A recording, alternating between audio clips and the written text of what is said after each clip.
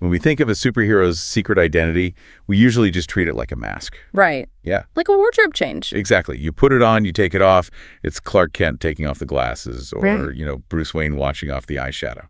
I mean, traditionally, it's a very clear line of demarcation. Yeah. The civilian persona is the anchor, Mm-hmm. and the alter ego is just the tool they use to interact with a world of gods and monsters. Yeah, but then you step into the biological reality of someone whose powers are literally written into their genetics, and suddenly that clean line just gets completely erased. Oh, absolutely. It gets terrifying. It really does. We're looking at a scenario where the mask doesn't just stick to the face. It starts to aggressively consume the person underneath. Yeah. So, welcome to a brand new deep dive. Got to be here. Today, our mission is to unpack the staggering implications of the storyline in Spider-Man.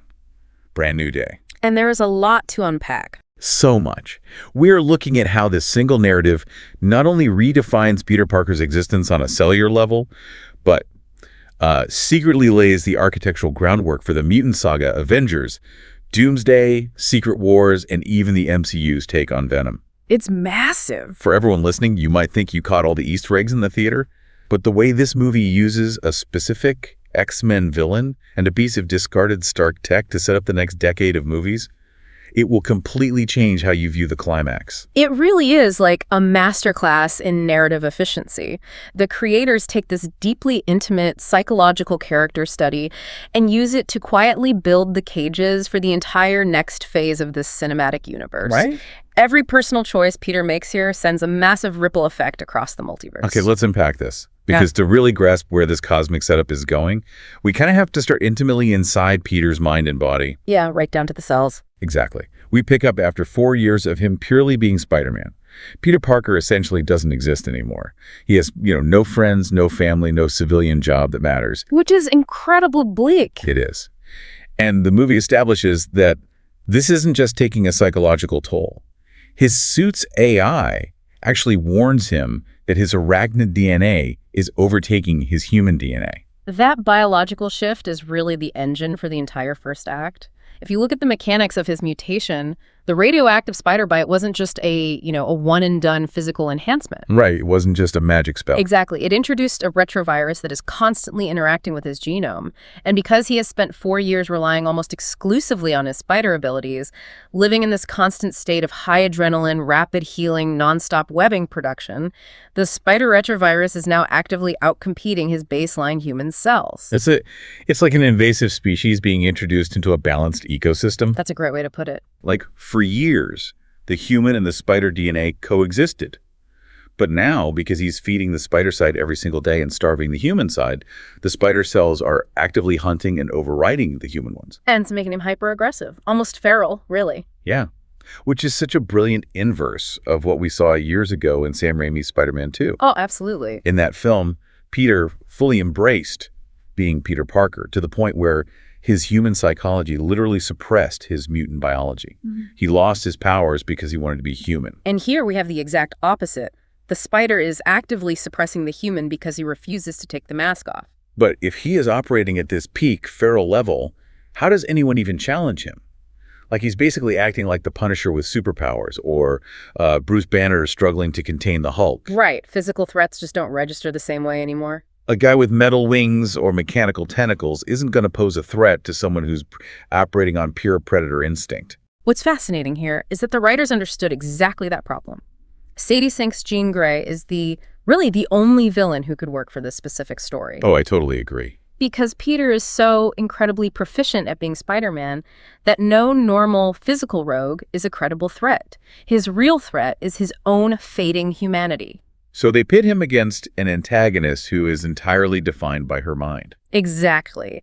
Jean isn't just a villain here. She is a dark, psychological reflection of what Peter is becoming. Because she represents immense power with zero responsibility. Yes. The film shows us that she has completely isolated herself after the traumatic death of her sister, Sarah. She's, shut the physical world out entirely. She symbolically lives her life as a phantom. When you look at how her telepathy functions here, she isn't just hearing words in people's heads. She's living them, right? Yeah, she is tapping into their neurochemical pathways. She experiences their memories and emotions. There's a deeply tragic implication when she uses her abilities to experience a kiss with Peter through MJ's memories. That scene was so intense. It was. Because she has isolated herself for so long, that phantom memory might actually be her very first kiss. She is completely disconnected from genuine human experience, just like Peter. Which makes the climax at Roosevelt Island so incredibly powerful. And, by the way, brilliant nod to the climax of the very first Tobey Maguire Spider-Man film with the tramway. Oh, definitely. A great visual callback. Yeah. So Peter is forced to make a choice.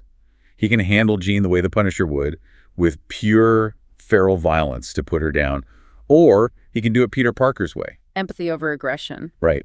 But if he can't beat her physically without crossing a moral line, and he obviously refuses to kill her, how does he actually stop someone who can manipulate his brain and level a city block with her mind? Well, instead of throwing a punch, he leans into her telepathic intrusion. He invites her deeper into his mind. Which is such a vulnerable move. It really is.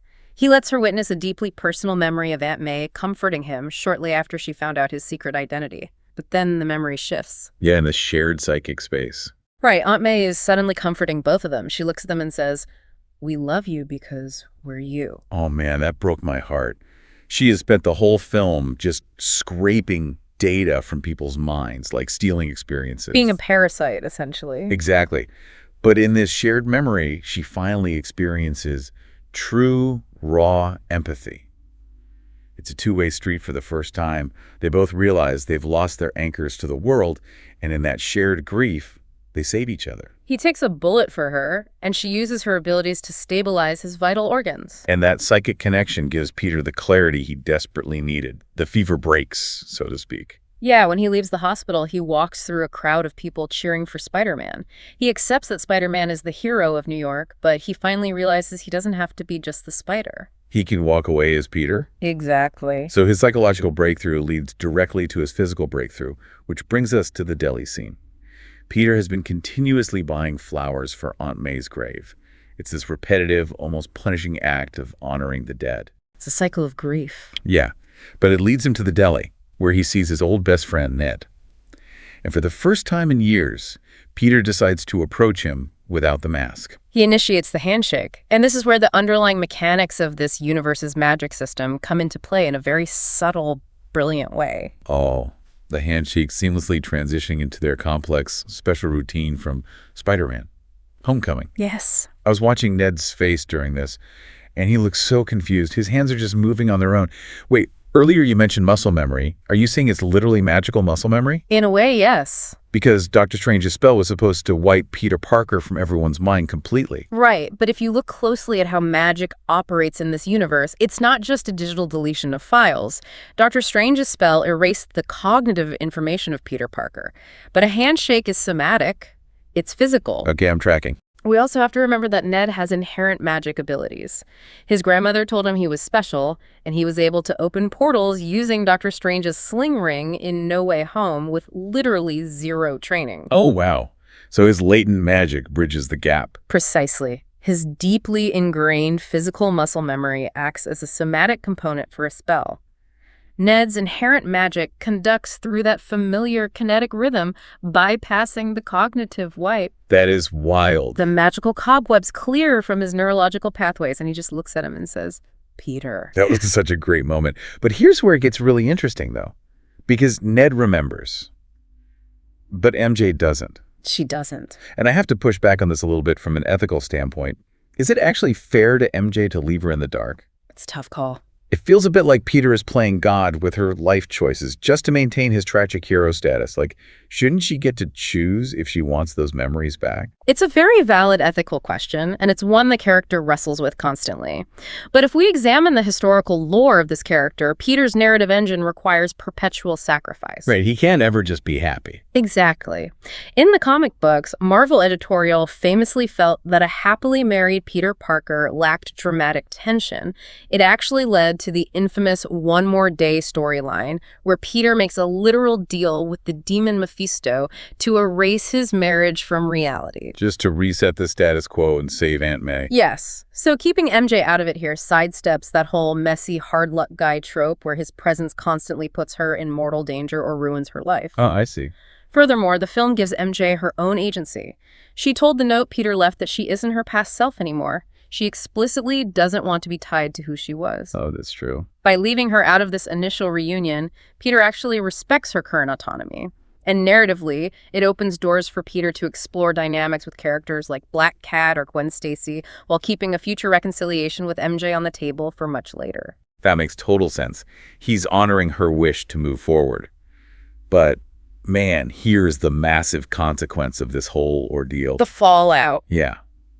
While Peter is sorting out his personal life, learning empathy, and fixing his DNA, the rest of the world is basically going to hell because of the tools he left behind. That is the tragic irony of it all. So Peter fixed his own life and walks away. But he leaves all this advanced power-dampening tech lying around a battlefield. And who picks that up? Damage control. The evolution of the Department of Damage Control is one of the most chilling background plots unfolding right now. It really is. They started as Tony Stark's benign cleanup crew after the Battle of New York, and now they are a full-blown authoritarian paramilitary force. Imagine inventing the internet to share academic research, only to watch it get turned into a tool for mass surveillance. Peter Parker, with the absolute best intentions, literally just handed the government the blueprint for mutant oppression. They've been escalating for a while, too. We saw them appropriate Stark drones to hunt down teenagers previously. In this film, they take a massive leap forward. They start weaponizing them. They are literally weaponizing mutant abilities. The head of Damage Control, William Medzer, uses Sarah Gray's telepathic powers to mind control the Hand organization, which ultimately kills her. And for anyone listening who knows their comic history, William Medzer is a classic X-Men villain. He represents the bureaucratic face of government oppression. He does. But the film drops a very strong hint that Medzer might actually be Nathaniel Ethics, better known as Mr. Sinister in disguise. Which perfectly explains his deep, twisted obsession with the genetics of the Gray family. Right. It completely reframes why Jean was targeted in the first place. They wanted her DNA. And it's the trauma of learning exactly what they did to her sister that finally unlocks Jean's true potential during the climax. When she sees the vent label VMAX. Right? Yes, which was her sister's dying, telepathically projected thought. It just breaks a mental dam. But notice how the film handles it. She doesn't manifest giant cosmic firebirds. Yeah, which is such a grounded way to show her progression. Yeah. No cosmic entities yet, just a mutant who suddenly levels up through sheer psychological trauma. She just unleashes raw, terrifying, localized telekinetic power, essentially manipulating gravity to hold an entire section of Manhattan hostage. But let's look at the mechanics of the tragedy here. The technology Peter brought to the fight to stop her is what dooms everyone else. Inhibitor chips. Right. Peter designed these chips to dampen power safely. Bruce Banner even challenged him on it earlier, asking, how do you decide what part of nature is good or bad?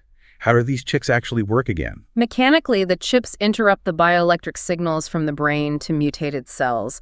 They suppress the specific genetic markers that grant superhuman abilities. And now Damage Control has that technology. They can reverse engineer it to target the X gene specifically. If we connect this to the bigger picture, the implications for the universe are horrified. Damage Control is poised to rebrand into the Mutant Control Agency. Those Stark drones they've been using. With a few upgrades, they are easily scaled up into Sentinels. And Peter's well-intentioned inhibitor chips are the direct prototypes for the power-dampening collars that enslave mutants in the famous dystopian Days of Future Past storyline. So Peter, in trying to save Jean, just inadvertently armed the enemy with the exact tools needed to hunt her kind. He did, and this dynamic is the exact catalyst that will force the formation of the X-Men. Because at the end of the film, we see Jean escaping on a bus heading to rural upstate New York. That is a direct, undeniable tease for Westchester County. Yeah. Charles Xavier is going to see bureaucrats like Henry Peter Gyrich stockpiling Stark Tech Sentinels and mutant collars. Xavier will realize that mutants cannot just hide in a sanctuary anymore. The government is actively hunting their genetics. Exactly. They have to form a team and be seen as heroes by the public to survive this kind of systemic oppression. And Jean Grey is going to be his very first student, just like the original 1963 comics. She needs someone to help her control this massive neurological surge in power so she doesn't accidentally level another city block. She needs a teacher. But just as we wrap our heads around this massive earthly political crisis, the post-credits scene violently yanks our perspective away from Earth entirely. It is a massive tonal shift. It really reminds us of the larger sword hanging over everyone's head. Yeah, Ned pulls up his spider tracker app. Usually this shows little Spidey icons bouncing around the boroughs of New York, but New York is empty. Dead silence. The app zooms out, past the atmosphere, past the moon, into deep space. It locates Peter off the planet entirely. The technological implication here is that Peter is actively broadcasting a signal. He wants his best friend to know he survived whatever event just took him off-world. And if you're listening to this and wondering, wait, why wasn't Tom Holland in the initial lineup for Avengers? Doomsday, if he's the biggest hero in New York? The movie actually answers this. It does. Yelena flat out says that multiversal collapse is an Avengers job, not a Spider-Man job. She doesn't even know Peter has experience with the multiverse because Doctor Strange wiped that resume from everyone's mind. That, and he was quite literally busy dealing with Jean Grey, damage control, and his own collapsing DNA while the events of Doomsday were kicking off. He had his hands full. He really did. But finding his tracker signal in deep space points directly to the climax of the multiverse saga. He is almost certainly aboard Reed Richards' multiversal space arc. Just like in the 2015 Secret Wars comic. For those unfamiliar, in that story, a handful of survivors escape the literal destruction of the multiverse on a life raft, while Dr. Doom pieces the shattered remnants of different realities together into a patchwork planet called Battleworld. And this is where the emotionally devastating setup really clicks into place for Peter's future. We know that in this upcoming Battleworld, Dr. Doom is going to be ruling as a god emperor, but the face beneath that iron mask is going to be Tony Stark's. Oh, that is so rough. So what does this all mean? Picture this for a second. You're Peter Parker. You're a street-level kid from Queens. You just spent an entire movie getting over your grief, making peace with your identity, and fixing your DNA. A full emotional arc. Right. You survive the literal end of reality on a life raft. You step off onto a patchwork planet, and you have to process fighting a god emperor who is wearing your dead mentor's face. Yeah. How does a human mind even process that level of psychological trauma? This raises an important question about Peter's ultimate character arc in this cinematic universe. His entire journey has been defined by Tony Stark. Tony recruited him, gave him his suits, and his death left a shadow that Peter has been trying to escape for years. Yeah, the shadow of Iron Man. To truly become his own man, to step entirely out of Iron Man's shadow once and for all, he has to defeat the twisted, dark reflection of the man who made him an Avenger in the first place. It is the perfect emotional climax. It really is. And on a practical note, having Jean Grey's newly unlocked telepathy potentially on that space arc would be incredibly useful. Oh, true. Considering she just learned how to truly connect with people's minds and restore pathways, she might be the key to restoring the wiped memories of the multiverse survivors. Oh, that's a brilliant connection. And there's also the fun possibility of him running into Tobey Maguire's Spider-Man on Battleworld so they can finally swap stories about how itchy those organic web shooters make your forearms. I mean, a multiversal reunion is highly likely, but Battleworld isn't just a place for reunions and god emperors. It is famously the birthplace of Spider-Man's greatest mistake. Black suit. Yes.